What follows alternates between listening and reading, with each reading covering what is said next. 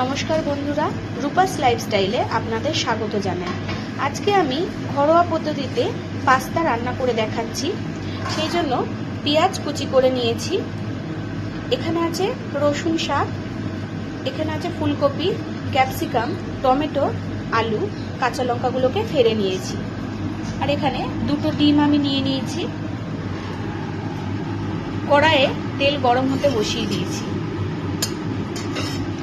পাস্তাটাকে অল্প নুন দিয়ে আমি সেদ্ধ হতে বসিয়েছি।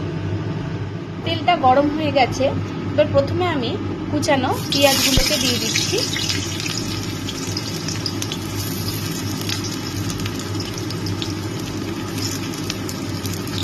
কাঁচা লঙ্কাগুলোকে দিয়ে দিচ্ছি।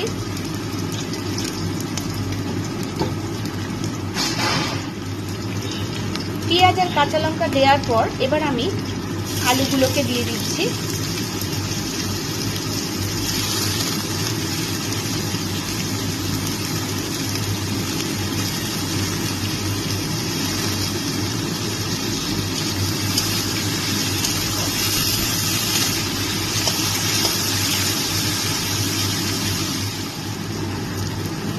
টুকরো করে রাখা কপিগুলোকে দিয়ে দিচ্ছি।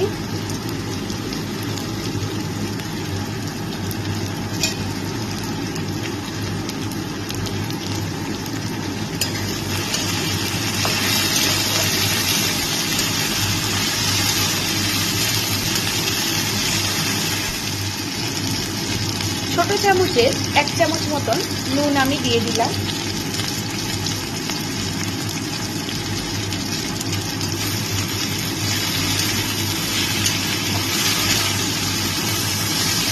একটু আমি লাল লাল করে ভেজে নেব।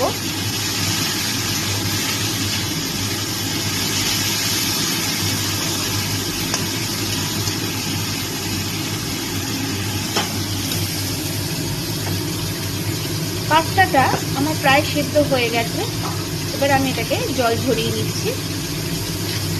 এবার আমি কুচিয়ে রাখা ক্যাপসিকাম, টমেটো এগুলোকে দিয়ে দিলাম।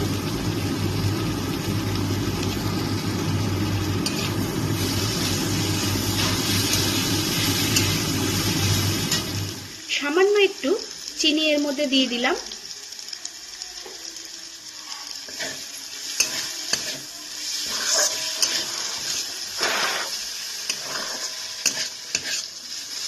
সবজিগুলোকে আমার প্রায় ভাজা হয়ে গেছে। এবার আমি দুটো ডিমকে এর মধ্যে দিয়ে দিলাম। ডিমটাকে দিয়ে সবজিগুলোকে ভালো করে আমি ভেজে নিচ্ছি।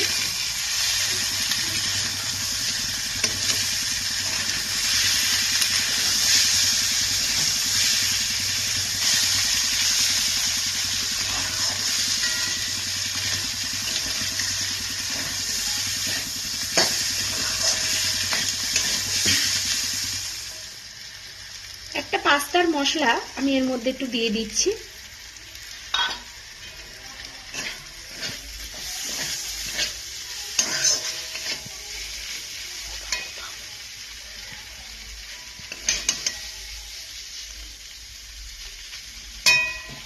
এবার সেদ্ধ করে রাখা পাস্তাটাকে এর মধ্যে দিয়ে দিচ্ছি।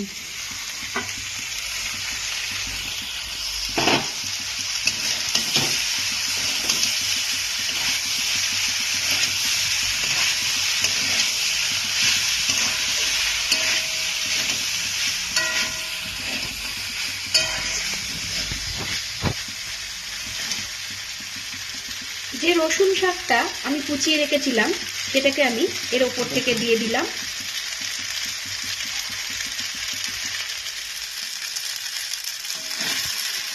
রসুন শাকটা দেওয়ার পর পাস্তাগুলোকে আমি একটু সময় নিয়ে ভেজে নিচ্ছি।